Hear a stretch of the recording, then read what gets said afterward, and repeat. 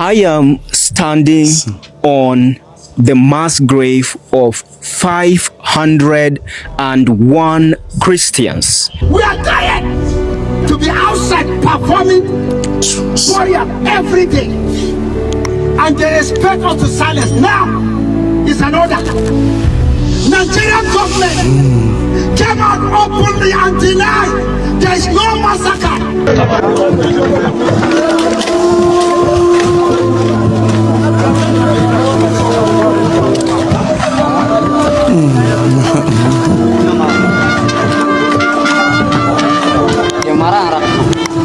There is no genocide of Christians in Nigeria, and look at it today. Is there any Muslim here? Nigeria has become the latest propaganda tool of Zionist and pro-Israeli accounts online to push their narrative that Muslim and Islam are the enemy. This is bullshit. Not only is it reductive and misleading to frame what is going on in Nigeria as a religious war, it is an outright propaganda bullshit. Islamists are chopping the heads of Nigerian Christians in the north every single day. Every day they attack families and towns in isolation in Nigeria and unalive all of them while shouting Allahu Akbar. Do you care to know more about that, or you don't? Christian genocide in Nigeria. This is a propaganda story that has been circulated. This narrative, whether spread intentionally or not, it's false and dangerous. Our international observers and foreign media, there is no such thing as Christian genocide going on in Nigeria. There's no such What thing. Nigeria is experiencing is a whiff of insecurity that affects all citizens, regardless of faith and background. We're going through difficult times, economic hardship, insecurity, and social instability. My goddess, I feel very sad to be an African to witness this day. It's very sad for a country, for a nation to play politics with the lives of people, with some arguing for and against the motion, some saying there are Christian genocide and others saying no, there are no Christian genocide, but there are Muslim and Christian genocide. It's so sad, whether Christian genocide or Muslim genocide, and this the lives of people. Don't these lives matter? And the worst of it is the government. The government is also playing politics, issuing statement, left, right, center, front, but doing very little about this genocide going on in Nigeria, whether Muslims and Christians or only Christians.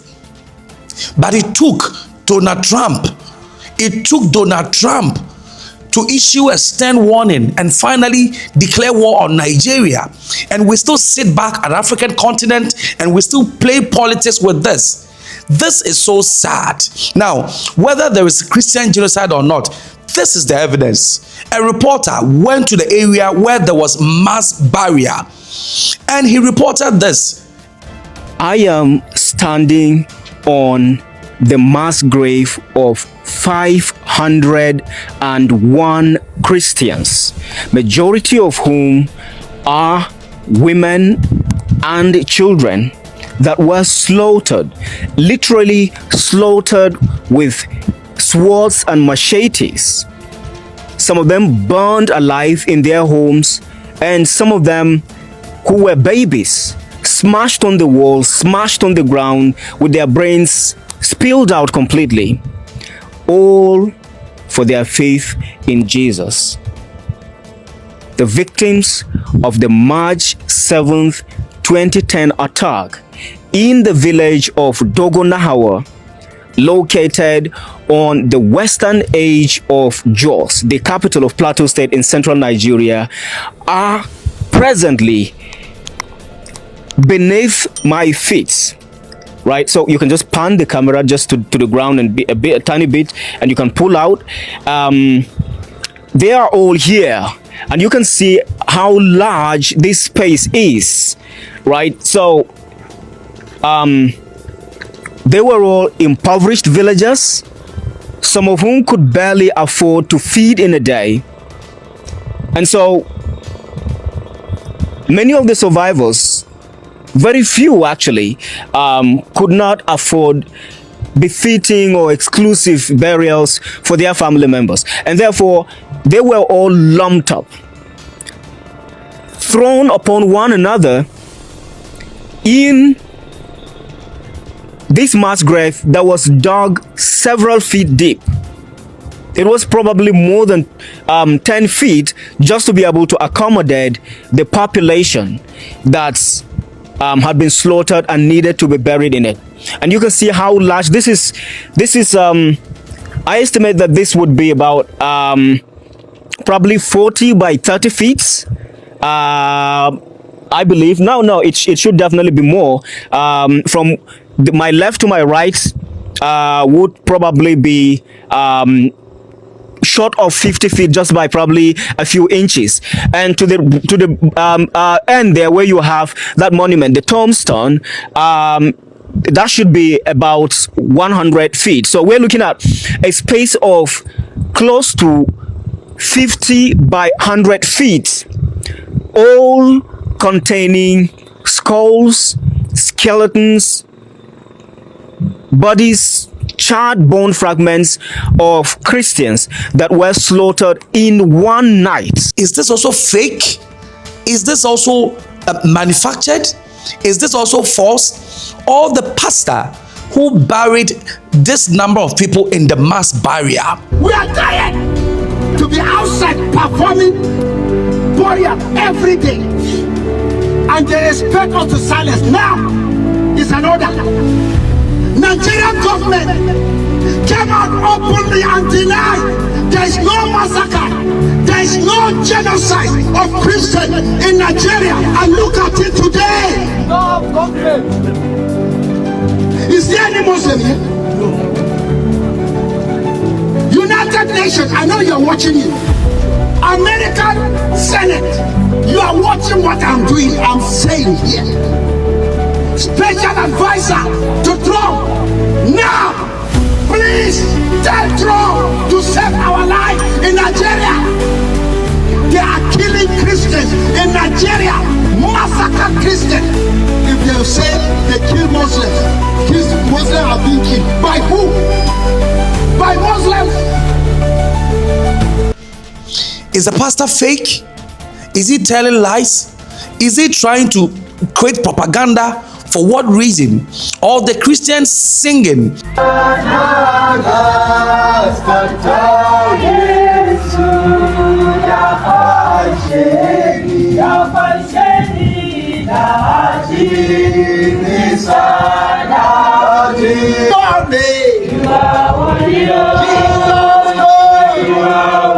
To protect us, to guide us, Lord, to see us through, to fight for us, to give us hope in the name of Jesus. Pleading for mercy, calling for the international world.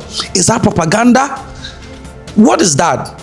I feel so sad to be an African, and I'm crying watching these videos. And I wonder that, don't Nigerians feel same when they watch these videos? Don't they feel what we feel? Or do they have a different blood, especially with the people who are arguing against the motion? Christian genocide in Nigeria. This is a propaganda story that has been circulated. This narrative, whether spread intentionally or not, it's false and dangerous. Our international observers and foreign media, there is no such thing as Christian genocide going on in Nigeria. What Nigeria is experiencing is a wave of insecurity that affects all citizens regardless of faith and background. We're going through difficult times, economic hardship, insecurity, and social instability. Nigeria has become the latest propaganda tool of Zionist and pro-Israeli accounts online to push their narrative that Muslim and Islam are the enemy. This is bullshit. Not only is it reductive and misleading to frame what is going on in Nigeria as a religious war, it is an outright propaganda bullshit. They won't tell you that the religious killings are of Christians and Muslims, that Nigerian Muslims are being killed and persecuted just like Nigerian Christians. This is sad. When can Africa become independent? We ply ourselves as an African continent rich with gold, diamond, this, all oil, yet our politicians and our leaders can't even protect the very citizens that they pride themselves as taking care of. What kind of leadership is that? All that our leaders think of is money, money, money, money, and money. And for Nigeria, it's a sad day for Nigeria, and a sad day for Nigeria to be a country. This is so sad. The politics is too much. The lives of people are being joked with every day in this modern 21st century. What is Nigerian doing about it? What are the citizens doing? And what is African Union, ECOWAS, and other international bodies doing about this? Well, they sit aloof and watch the people get slaughtered and watch the people get killed. And it takes only Donald Trump or the American president to act. Let's sit on fold our hands and see what happens. If a country which is put in charge of President Ahmed Tinubu will sit down, fold their arms, and just write press statement to counter what Donald Trump is saying, they should wait and wait for Trump to strike. And after this, I do not want to hear other African countries, ECOWAS, coming around and eulogizing with Nigeria, pleading for mercy and attacking the international world, attacking Donald Trump, because we have had the opportunity several times to solve it, to fix it, yet our presidency, the president of Ahmed Tinubu, the president of Nigeria, they sat aloof and rather played politics. They sat aloof and rather decided to play with words. They sat aloof and rather decided to deny the massacre of Christians, but rather said that it's a general massacre of both Christians and Nigerians. I mean, how does that matter? Whether a Christian or a Muslim, these are lives of people. These are lives of Africans. These are the lives of people who voted the Tinubu Ahmed presidency to protect the people, to take care of the people. Yet the people suffer and wallow in pain, and the people have no say. They have to shut up, keep quiet, get slaughtered, and yet politics is being played around it. My name is Kweku Africa. Let's watch the full interview of the journalist who went to the mass barrier. And when you are done, don't forget to leave your comment in the comment section. Let me know what you think. Am I overreacting, or you think I'm speaking truth to power? Leave your comment in the comment section. It's a wrap for today. Ezekiel, Wede, Dacho, Reverend Ezekiel Dacho. The truth is that I'm back from India. When I was in India, Yahya Jingri made a statement that they should stop arresting the Fulani terrorists, Fulani as a whole. So Fulani has a right. And one thing that I know with the security, they are all behind their clerics, especially the Muslims that are in Nigerian security. They are behind what their cleric has said. I came back and I discovered 27 people were killed. I have not even visited the graveyard. Today, to visit and also consult the people in Bindi, host Riyom local government. I was in India, I was watching. Now that I'm in the executive council meeting of Church of Christ in Nation, since yesterday, you see my eyes, I was struggling with sleep. I don't know how to sleep. Since yesterday, they wanted to invent it, Nyarwe. Nyarwe is an area in Fan district under my jurisdiction. Every time they will call us to count our youths, while their own youths are not being counted. They invaded my real biological village in Rim. Jolly was under attack. And look at us now, even in the village they cannot sleep. If my people cannot sleep, how can I sleep? I have spoken, and God has broken the power of the sickness that was in me, so that he will keep me alive to come and speak on behalf of his people. My fellow brothers, United Kingdom, I'm begging you to Asoro. I'm begging you to Washington DC White House. Bush should address Trump should address, please, his focus into Nigeria, because terrorism is taking over Nigeria. They are busy inviting people from Central Africa, Senegal and other places to come and take over your country. 27 Christians were slaughtered just 15 miles west of Jos, the capital of Plateau State. And of course, that population included 11 children below the ages of 7, including a 2-month-old. The last time we had a video, an interview regarding that particular incident, I reported that there was a 3-year-old that was killed. But no, that wasn't the youngest of the victims. There was a 3-month-old, there was a 2-month-old, there was an 8-month-old, there was a 1-year-old, there were 2 years old. Actually, the oldest actually of the 11 children that comprised or that made up the 27 death toll, the 27 victims were below the ages of 7. And like you said, the Nigerian government is trying really hard, is struggling, I would say, to deny what has been happening. But what they cannot deny is the reality, the facts, the evidences, right? So you can deny that Christians are not being killed, but locations don't lie. The mass graves don't lie. Christians will not go and gather to bury empty caskets or to just wrap some substance, maybe wood or something, in white fabric just to put on the ground and just claim that is an instance of genocide. You cannot deny that. Majority of whom are women and children that were slaughtered, literally slaughtered with swords and machetes. Some of them burned alive in their homes, and some of them who were babies smashed on the wall, smashed on the ground with their brains spilled out completely, all for their faith in Jesus. The victims of the March 7th, 2010 attack in the village of Dogonahawa, located on the western edge of Jos, the capital of Plateau State in central Nigeria, are presently beneath my feet. Right, so you can just pan the camera just to the ground and be a tiny bit, and you can pull out. They are all here, and you can see how large this space is. Right, so they were all impoverished villagers, some of whom could barely afford to feed in a day. And so many of the survivors, very few actually, could not afford befitting or exclusive burials for their family members. And therefore, they were all lumped up, thrown upon one another in this mass grave that was dug several feet deep. It was probably more than 10 feet just to be able to accommodate the population that had been slaughtered and needed to be buried in it. And you can see how large this is. I estimate that this would be about probably 40 by 30 feet. I believe. No, it should definitely be more. From my left to my right would probably be short of 50 feet just by probably a few inches.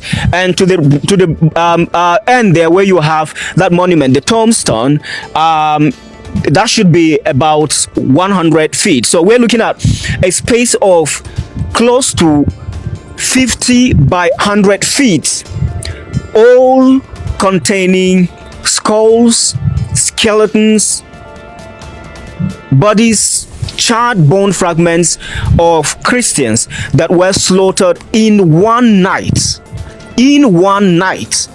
by terrorists whom residents tell us were shouting Allahu Akbar and speaking the Fulani dialect while slaughtering innocent babies, slitting the bellies of pregnant women, pulling out their fetuses, pulling out their unborn babies and smashing them on the ground.